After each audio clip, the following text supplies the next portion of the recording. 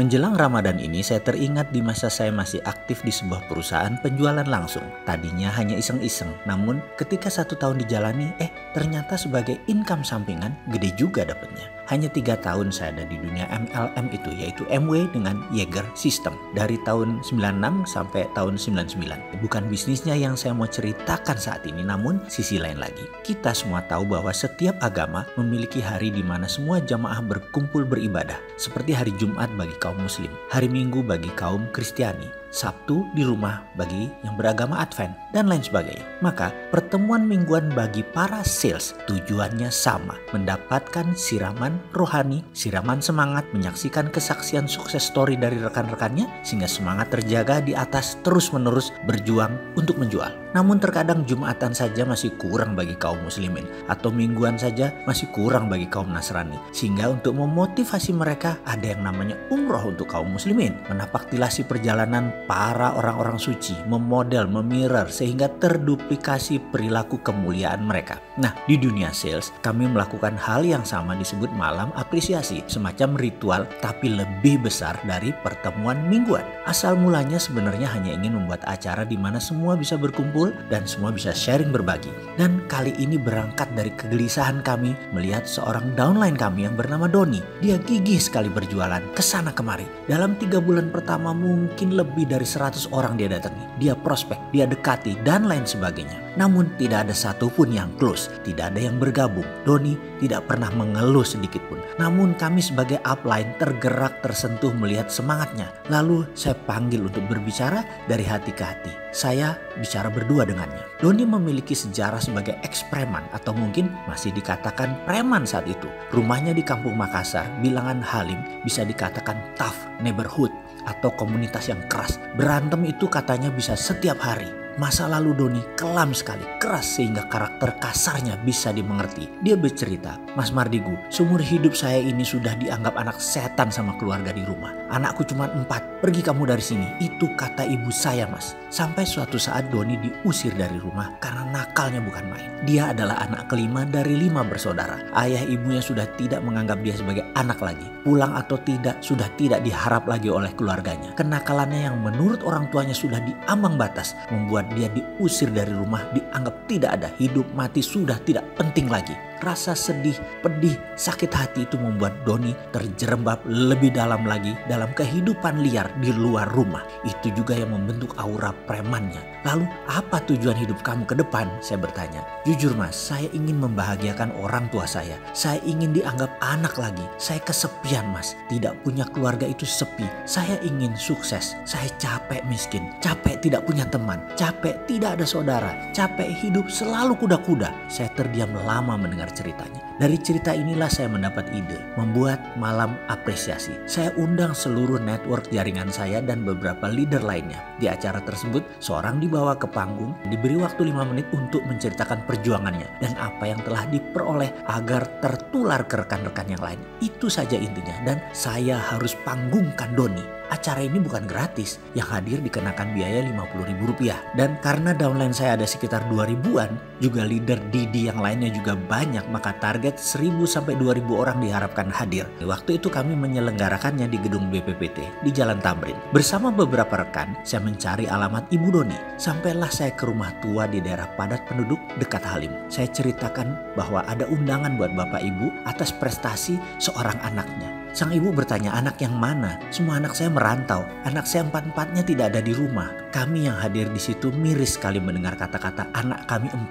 karena kami tahu ada 5. Dia tidak menganggap si Doni. Ini Mas Doni Bu, saya menjelaskan. Hah? Si ibu terkejut, wajahnya memerah. Marah. Saya pun mengeluarkan jurus rayuan. Singkat cerita, syukurlah, alhamdulillah sang ibu bersedia hadir asalkan dijemput. Kami turuti. Ketika diadakan malam appreciation tersebut di mana sang ibu datang duduk di samping saya sejak awal acara, sang ibu bertanya, "Ini acara apa?" Saya menginformasikan ini acara malam penghargaan Bu. Sang ibu diam. Setelah puluhan orang mengungkapkan testimoni kesuksesannya, maka MC menghadirkan surprise. surprise dengan menampilkan seseorang. Berikut akan hadir di hadapan kita seorang yang gak pernah closing, gak pernah punya downline, sudah ditolak ratusan kali tapi terus gigih berjuang. Anda tahu siapa dia? Sahabat kita, rekan kita? Nada suara terus meninggi. Seribuan orang hening, senyap, surprise karena di kepala mereka semua tahu pasti orang tersebut adalah Doni. Doni yang selama ini dijadikan sebagai bahan ejekan, dan saat itu keheningan pecah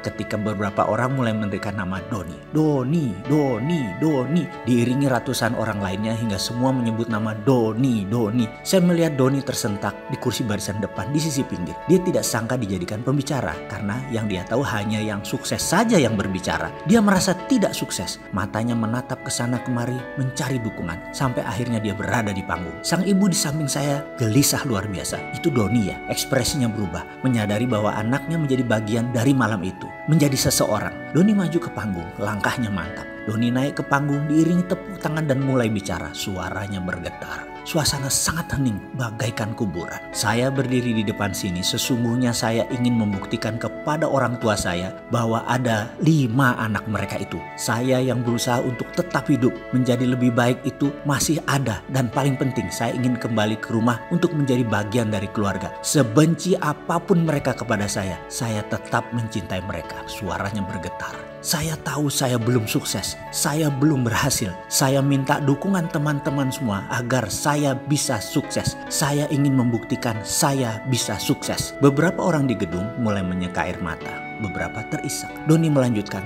utamanya buat ibu saya. Semoga ibu masih punya sedikit aja rasa cinta untuk saya. Saya sangat rindu pada ibu saya. Dan untuk itu saya harus sukses. Doni mengakhiri testimoninya dan tidak turun dari panggung. Surprise berlanjut. Lampu tiba-tiba padam. Total gelap. Namun sedetik kemudian lampu kembali menyala. Hanya berupa lampu sorot. Lampu sorot hanya menyinari 2 titik. 1 titik Doni yang berjalan turun. Dan 1 lagi ibunda Doni yang sedang duduk di samping saya. Semua mata terfokus kedua titik lampu tersebut. Kemudian saya bimbing sang ibu berjalan mendekati Doni, naik ke panggung. Doni kaget karena disorot lampu di hadapannya tak seberapa jauh ada ibunya. Sementara ibunya berjalan tertatih, saya gandeng perlahan maju mendekati Doni. Ketika 2 titik itu bertemu, Doni bersimpuh di kaki ibunya. Ibunya membungkuk dan memeluk dengan erat. Pelukan merangkul hati, sebuah pengakuan. Bu, ibu, maafin Doni ya bu.